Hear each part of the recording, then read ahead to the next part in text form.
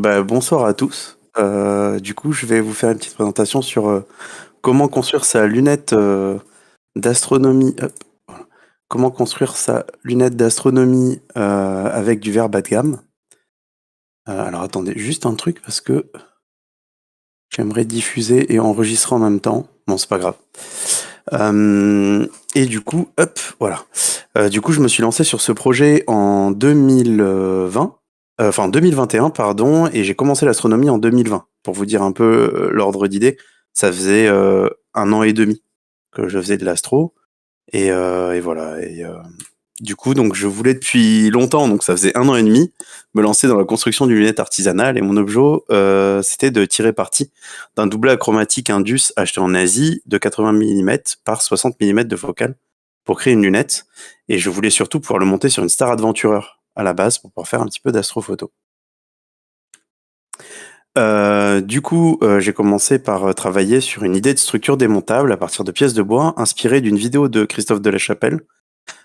C'était les débuts et il s'avérait que avoir une lunette démontable, et cetera, pour pouvoir faire de l'astrophoto, c'était pas très réalisable. Donc du coup, il y avait des cornières en alu, toujours cette approche stroke. Je voulais que ça se monte sur un maximum de monture avec une queue Vixen d'imprimante 3D. On peut la voir en bas à droite. Et j'avais du coup cet objectif optimiste de faire de la photo. On peut voir le barillet avec la lentille et la structure en elle-même. Par la suite, je me suis assez vite dirigé vers une structure en PVC, justement pour gagner en rigidité et avoir un look aussi assez proche des lunettes industrielles. Mais j'avais la sensation, parce qu'en vérité c'était pas le cas, que c'était très flexible et que j'avais des variations. Donc j'ai fait des phototests et j'avais la sensation d'avoir des variations du plan focal lors de mes prises de vue. Je me suis orienté donc pour stabiliser ce point-là vers le carbone et du coup j'ai rajouté 2 tiges de carbone sur les côtés, comme on peut le voir sur l'image. Et en fait le tube PVC vient en guise de baffle pour limiter les lumières parasites. Du coup j'ai eu quelques soucis. J'ai fait un barillet, comme on peut le voir sur l'image. Donc le barillet, du coup il avait 3 vis, 3 petits tampons pour maintenir le doublet.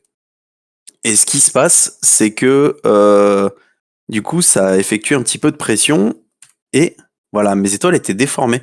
Ça ressemblait un petit peu à des petits pieds de poule comme on voit sur le zoom. Donc j'avais fait cette photo sous l'or avec des conditions assez stables de fraîcheur. Il faisait -4, -5. Bon, ça se voit sur la photo.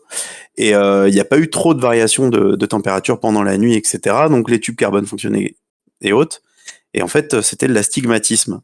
Du coup, j'ai totalement redesigné le barillet avec le doublet pour arrêter de le contraindre. Et j'ai suivi en fait toutes les vidéos qu'on voit quand on regarde un démontage de lunettes. Je savais pas du tout comment fabriquer un barillet avant ce moment-là. Et quand je me suis renseigné, en fait, j'ai principalement regardé des gens qui démontaient des lunettes pour les nettoyer. Et il s'avère que la plupart du temps, enfin dans 99% du temps de ce que j'ai vu, sauf ma bêtise, bah, les barillet étaient vissés. Et en fait, il faut visser jusqu'au moment où on arrive au talon de la lunette, de la lentille, pardon, pour créer l'objectif, sans forcer sur le verre. Je me suis aussi fabriqué un petit outil de collimation qui est très très très inspiré, voire copié du collimateur TS Optics. On voit qu'il y a 4 points en fait sur la lentille, donc ici. Je sais pas si vous avez ma souris sur la vidéo, je sais pas si je l'ai activé, mais en tout cas voilà, sur la photo de droite, vous avez Voilà. merci. Sur la photo de droite, en fait, vous avez les 4 points. Il faut aligner les 4 points pour être collimaté. Donc bien sûr, l'objectif est monté sur 3 vis à ressort. Là, on a effectué des tests. Du coup, vous reconnaissez les jolies mains de Champepierre. On lui a fait un petit ronchi parce que les étoiles sont enfin rondes, mais toujours pas ponctuelles. Donc on a fait un ronchi. On a aussi décidé du coup de diaphragmer à 70 mm, donc ça devient une 70 600. On voit bien que le bord en fait avait des soucis, et quand on diaph, on voit à droite que c'est beaucoup mieux. On remarque aussi autre chose, sans même avoir séparé les 3 couleurs, qui est assez rigolo. Oublions pas que c'est un doublet achromatique, du coup donc un doublé. Voilà, et sans diaph avec les couleurs éclatées, on voit un petit peu plus ce qui se passe. On voit qu'avec le diaph, c'est vachement plus propre quand même au niveau des bandes, et que le bleu d'ailleurs est vraiment pas si mal. Donc voilà, et là on voit bien le bleu en fait qui ressort aussi vachement et le décalage avec le vert quand on regarde ces trois couleurs. Du coup, je m'amuse à mettre un filtre jaune et des baffles. On voit donc à droite sur la photo avec les tubes carbone. Donc la photo, je l'ai réutilisée à deux moments. Et du coup, voilà, j'ai rajouté des baffles. Donc j'ai fait le calcul de baffles pour mettre les baffles pour éviter les lumières parasites. Donc là, on est sur une image sans filtre, donc sans le filtre jaune et avec toutes les améliorations. Et là, on a une image avec le filtre et les améliorations. On peut voir quand même une très nette évolution avec des étoiles beaucoup plus ponctuelles, beaucoup moins pâteuses. Mon traitement est pas parfait, mais vous allez voir après, j'ai poussé un peu plus sur l'image pour essayer d'en tirer quelque chose. On a enfin quelques résultats et du coup, je me suis dit, bah, je vais me fabriquer un filtre solaire. Donc là, c'est une photo prise à l'iPhone, posée sur l'oculaire pour essayer d'en tirer quelque chose. Et ça m'a permis d'obtenir des petites taches solaires en photo, comme vous voyez là. Et c'est assez cool parce que du coup, on peut en plus observer le soleil avec ces petites lunettes. C'est un retour en image du coup là général de la lunette, tout ce que j'ai pu faire avec. Donc du coup, on la voit à gauche au NCN. En bas, c'est la photo lunaire que j'ai prise, qui est en haut à droite. Vous pouvez la voir sur Astrobin. C'est un diaporama. Donc j'ai fait 6 images que j'ai mélangées. J'ai fait de l'astrodessin aussi avec, etc. Et aujourd'hui, j'en suis plutôt content. Et là, c'est l'image finale, en fait, de tout ce que j'ai fait, de tout ce temps de travail, où on arrive enfin à en tirer quelque chose. Cette image, elle a été réalisée, donc c'est 4 heures de prise de vue quand même. Du coup, je suis obligé de vachement filtrer les bleus. J'utilise donc un filtre contrast booster de la marque Bader, qui est dédié normalement entre guillemets à ça. Ils le vendent du moins pour ça. Et c'est vrai qu'on arrive quand même à tirer des images. Je peux vous faire un petit peu le bilan financier de tout ça aussi, parce que c'est quand même intéressant. Les gens à chaque fois me posent cette question, je sais pas pourquoi. Je sais que là on est entre nous, Astram, et du coup, je pense que la question sera pas posée, mais je vous le dis. J'en ai eu en tout pour 205 euros.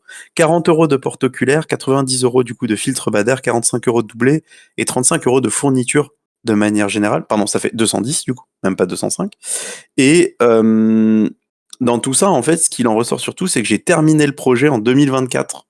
Ça m'a valu beaucoup de nuits blanches, beaucoup de moments de réflexion, de torture. C'est hyper formateur, et vous allez comprendre pourquoi. Parce qu'il y a un petit one more thing. Mais c'est quand même très frustrant et faut être assez obstiné pour réussir à tirer quelque chose de ces verres qu'on trouve par exemple sur AliExpress ou directement dans certaines usines. Ce qui est cool, c'est que maintenant je sais tester mes doublés. Je peux concevoir un barillet. Je sais comment placer des baffles. Je sais comment concevoir aussi la partie porte-oculaire et ce genre de choses-là, comment faire un filtre solaire, comment me faire un porte-filtre aussi. Enfin voilà, ça m'a permis d'apprendre plein de choses. Bah, du coup, voilà la conclusion. Bah, c'est 205 parce que c'est 30 euros de fourniture et non 35. Donc c'est hyper passionnant et formateur et du coup l'expérience pour réaliser une lunette. Et du coup, le one morphing, c'est ça, c'est qu'en fait tout ça a découlé sur un projet de lunette pédagogique aujourd'hui parce que bah, j'ai su concevoir le barillet, etc. Et je sais tester maintenant les optiques avec le Ronchi pour me permettre de faire une petite lunette sympa en visuel. J'ai des personnes qui sont là dans le chat et dans l'assistance qui ont pu tester cette petite lunette et je suis vraiment content parce que du coup on n'a plus d'astig, on a des problèmes de chromatisme mais on peut le traiter avec un filtre si on veut faire de la photo ou le laisser en visuel parce qu'avec une lentille qui est à peu près correcte, ça passe quand même. Et voilà, et ça m'a permis après d'aboutir sur ce projet qui est plus juste un projet amateur. Je sais pas si vous avez des questions. Je sais que c'est assez rapide, mais en même temps sur la partie optique, hormis des tests qu'on a fait justement le Ronchi et après les tests de sphéricité, etc. Quand justement on a fait les calculs pour les baffles, j'ai pas non plus été beaucoup plus loin. On peut traiter avec des filtres une image. On peut avec un petit budget, c'est-à-dire qu'on pourrait acheter une 400, une 80-400 par exemple, y mettre un filtre type contrast booster, rajouter des baffles, et on pourrait faire de l'astrophotographie. Sur une Star Adventurer, ça fonctionne. Par contre, voilà, on en vient à des contraintes aussi de traitement d'image et surtout de perte de signal qui sont quand même très très fortes. Et donc, je le déconseille. Pardon. En visuel, par contre, je trouve que vraiment, ça peut valoir le coup de partir sur ce genre de lunettes parce qu'on on ressent moins le chromatisme, même si sur des planètes et la Lune, par exemple, il est quand même visible, ou des étoiles très brillantes, il est quand même visible. Voilà. Je sais pas si vous avez des questions.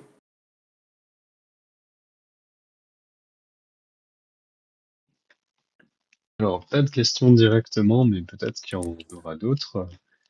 Euh, Ce que je trouve assez marrant dans tout ça, c'est que là, tu nous montres la 80-600, si je dis pas Oui, de bêtises, oui, 70 maintenant. avait pas mal de défauts sur le doublé. Et quand on teste ta petite 50-200, on tombe sur un doublé qui est quasiment irréprochable. Alors, avec certes un peu de chromatisme parce c'est un accro et qu'il a une focale courte, Oui. mais qui est plutôt très très honorable. Et c'est assez intéressant de pouvoir trouver des optiques un petit peu aléatoires comme ça et d'apprendre à contourner les problèmes pour en tirer le maximum, quoi qu'il en soit. Peut-être que la prochaine que tu ferais, si te venait l'idée de faire une Bino 80-600, n'aurait pas besoin de filtre d'ailleurs, et que tu devrais compenser ce changement d'une autre manière sur la mise au point, je sais pas. Sur la, Et c'est bien de pouvoir s'adapter. sur la petite ERT, j'ai pensé, là où je mets le petit chercheur rose, en haut à gauche, il y a un plan, en fait, et j'ai pensé justement mettre à inverser, parce qu'on peut changer le sens du porte-oculaire, puisque c'est une lunette pédagogique, à pouvoir monter deux petites 50-200 pour pouvoir justement faire justement de l'observation avec une binoculaire du coup. Donc c'est en projet, on va dire en réflexion pour apposer ça. Ça ferait une jumelle au final sur cette valeur-là. Mais effectivement. Il y a une petite question de Pollux qui est que le doublé de ta 8600 est un doublé collé ou espacé? C'est un doublé espacé. Et justement, on a fait les calculs d'espacement des lentilles et on est venu apposer trois petites cales en aluminium pour être nickel. Non, papier à cigarette, je crois, pour tirer au maximum dans les bleus. Oui, je crois que c'est ça, on avait mis du papier à cigarette. Et du coup, voilà, on était au plus proche justement pour éviter ces problèmes. Non, c'était dans le verre, je sais plus sur quoi on s'était calé à ce moment-là. Euh, Non, c'était alors dans le je me bleu. souviens on avait mis des cales d'une épaisseur qui avait été suggérée par Lille dans un premier Oui, temps, ce qui avait fonctionné. Après, on avait essayé de faire les calculs en mesurant les verres, mais on n'avait pas les bons types de verres. Donc ça conseillait des espaceurs beaucoup plus épais et ça marchait pas du tout. Et c'est ça. finalement, tes cales assez fines sont, sont assez fonctionnelles pour se doubler. C'est vrai. Je suis assez étonné quand même de, comme on le voit à la fin sur Orion, alors ça file un peu, si on regarde bien, et en même temps, je suis sur une Star Adventurer, donc c'était aussi le test. Puis, enfin, durant la soirée, voilà, il y a eu énormément de variations de température, etc. Elle glisse un peu. Euh, mais voilà, on a réussi quand même à en tirer une image. Et Pollux nous dit en plus ton sphéromètre devait pas être assez précis pour mesurer correctement les courbures. Exactement. Merci Lucas d'avoir répondu. Mais du coup, voilà, c'est un projet hyper formateur en tout cas, et c'est ça qui est cool aussi dans ces idées d'optique amateur, c'est qu'à chaque fois, on pose des idées, et c'est ces idées qui nous permettent de faire ce genre de choses. Si jamais, vous pouvez retrouver sur le site la3ème-dîme.fr l'ensemble des projets de ce type avec une page en fait dédiée blog où dessus je mets justement, il y a tout le récapitulatif de la présentation que j'ai fait là sur la lunette. J'ai aussi fabriqué des petits oculaires là ces derniers temps, je suis là-dessus avec des calculs de lentilles, ce genre de choses. Donc n'hésitez pas, si vous voulez aller jeter un coup d'œil et voir un petit peu ce qui est publié sur ce blog. Je mets un peu tout, mes idées, mes projets, ce genre de choses. Voilà. Pour ceux qui n'ont pas, par exemple, la chance d'avoir un son qui tient la route et une connexion qui tient la route et qui se coupe tout le temps. Bah, du coup, c'est dispo sur mon site web. Merci beaucoup, Raph. Ben, merci à vous et merci Lucas pour l'invitation et merci à tout le monde.